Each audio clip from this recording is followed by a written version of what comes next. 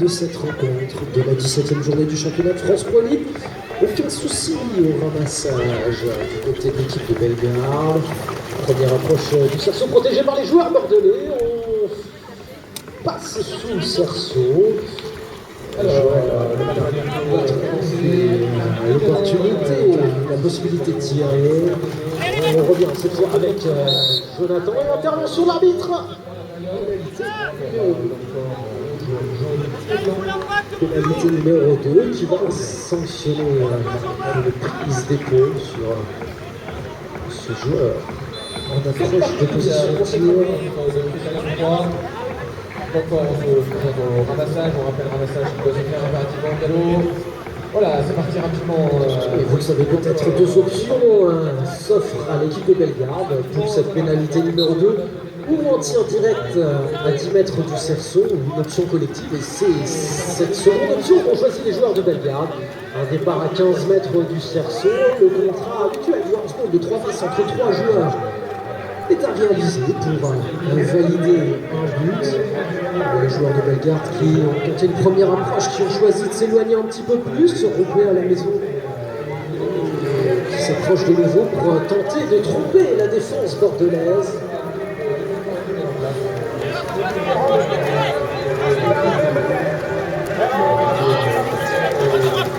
Peut-être une petite ouverture, et ouverture du score pour l'équipe de Bellegarde sur ce tir du capitaine numéro 7, Vincent Tiki. Ça va être chaud. Benjamin de course pour le lancer, ballon relayé par le premier rang bordelais, Jean-Baptiste Ponce, et remonté par du capitaine bordelais, Romain. Les bordelais qui vont s'organiser pour à leur tour venir provoquer la défense. Jean-Baptiste vient servir François, tire sa passe à côté du cerceau, ballon récupéré au vol. Il n'a pas touché les sables, le bénéfice des 3 passes s'il était acquis et donc conservé. Et l'arbitre qui intervient.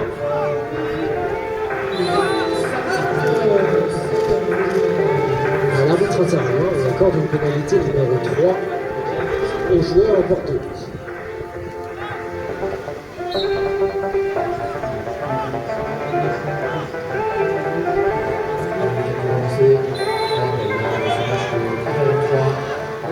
C'est servi juste sous le cerceau, difficulté pour récupérer ce ballon pour Romain Vigneron, le ballon qui tombe dans le sable et qui est remonté du côté des joueurs de l'équipe de Bellegarde qui vont tenter de tromper une nouvelle fois la défense bordelaise.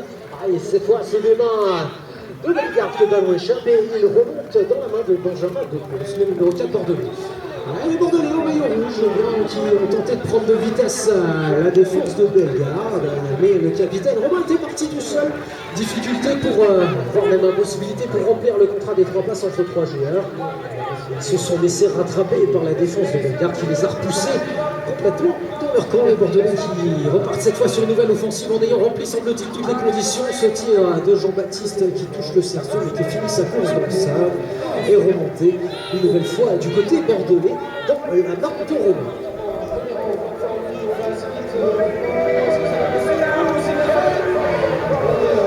Complètement sur l'aile droite, Romain a armé son tir, a préféré conserver le ballon.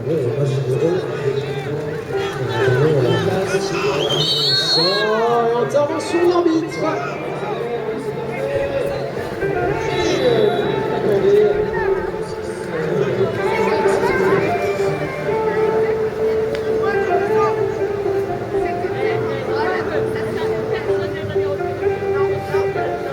L'arbitre qui avertit les joueurs d'être prudents sur le sens pour venir tenter de récupérer un ballon. Pénalité numéro 3 qui était accordée à l'équipe de Bordeaux. Jean-Baptiste qui tente de chanter la défense de Bellegarde qui ne se laisse pas prendre et qui bloque totalement l'attaquant bordelais le long des structures gonflables. Jean-Baptiste qui vient de trouver le soutien de son numéro 1 capitaine Romain de Ponce. Nouvelle intervention d'arbitre, pénalité numéro 2, nous dit l'arbitre.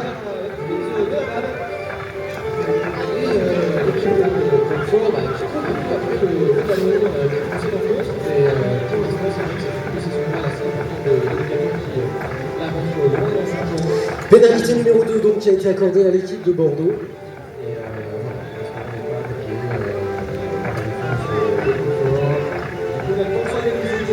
Et l'équipe bordelaise qui choisit le tir direct et le capitaine Romain qui se charge de transformer cette pénalité numéro 2 sur un tir à 10 mètres du cerceau.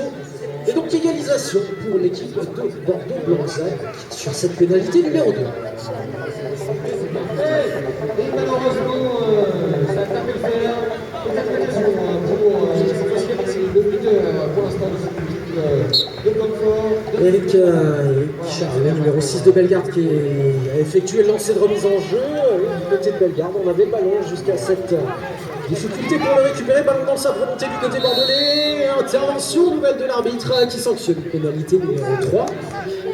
Qui indique quand même les regards aux joueurs de Bellegarde d'être prudent et de ne pas franchir les limites du règlement pour tenter de récupérer les ballons. Bordeaux qui repart donc du milieu de terrain sur une pénalité numéro 3. Jean-Baptiste Herman de Lens. Et c'est donc Romain qui préfère faire demi-tour. Et alors que ça présente aussi, c'est le but ici, marqué par le numéro 4. Et Jean-Baptiste juste derrière la défense, tire à la partie extérieure du cerceau, ballon récupéré à la volée par Joël Gambino, le numéro 5 de l'équipe de Bellegarde, et tentative d'arrachage qui aboutit. Ballon récupéré par Jean-Baptiste de Ponce, le numéro 2 bordelais.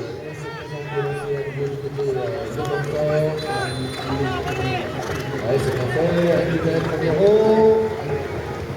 Et ça c'est plutôt pas mal. Joël. John qui tente ce tir également et ça n'aboutit pas, si ce n'est dans le sable, le ballon est remonté du côté blanc, erreur d'inattention, de nouveau dans le sable, et encore une fois remonté dans la main d'un joueur de l'équipe de Bellegarde, et ils sont seulement deux devant la défense de Bordeaux. Ce sera insuffisant pour effectuer toutes les 3 passes réglementaires. Il faut donc ressortir tout en conservant le ballon, mais l'équipe de Bordeaux va tout faire pour tenter de le récupérer. Ballon de nouveau dans le sable et ça remontera. Ça remontera. L'arbitre qui intervient, un petit souci de trajectoire sur ces tentatives pour venir ramasser le ballon. Et le ballon, l'arbitre a accordé une pénalité numéro 3 à l'équipe de Bellegarde. 3 minutes restent à jouer dans cette première période de jeu et un but inscrit par chacune des deux équipes. Un but par Bellegarde, un but par Bordeaux. Et à l'équipe de Bordeaux suite à un petit souci de trajectoire. Sur des ramassages.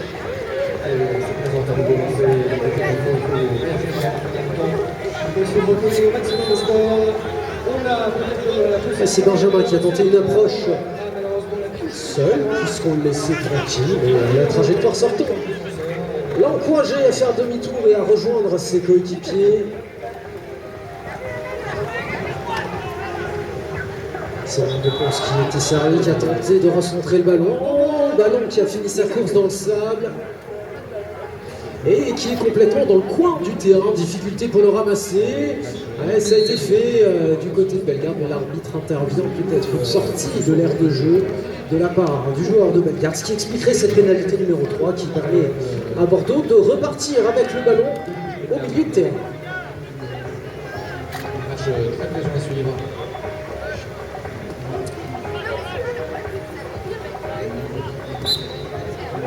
Une minute 30, première période de ce match. Un but de chaque côté du tableau. Les joueurs de Bordeaux qui vont tenter de revenir un petit peu. Voilà qui est fait. Voilà, le but est validé pour l'équipe de Bordeaux. Deuxième but validé par les Bordelais. Et temps mort demandé par l'équipe de Bellegarde.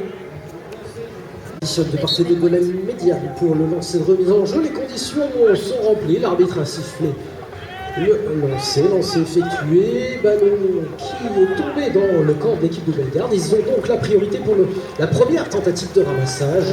Sans aucune difficulté, le ballon est remonté du côté de l'équipe de Bellegarde et sorti de l'aire de jeu par le petit côté. Avec le chronomètre à 50 secondes et un petit centième de la fin. du temps accordé dans la première période de ce match. Le ballon est récupéré, le jeu repartira sur une pénalité numéro 3 pour l'équipe de Bordeaux dans ce camp au fond du terrain.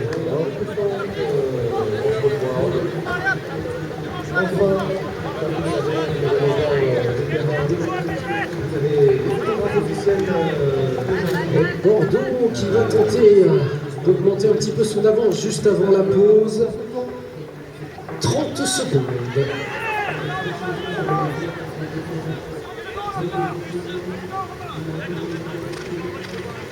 Romain qui a choisi de s'éloigner un petit peu, donner un petit peu de profondeur à une nouvelle action qui est déclenchée, semble-t-il.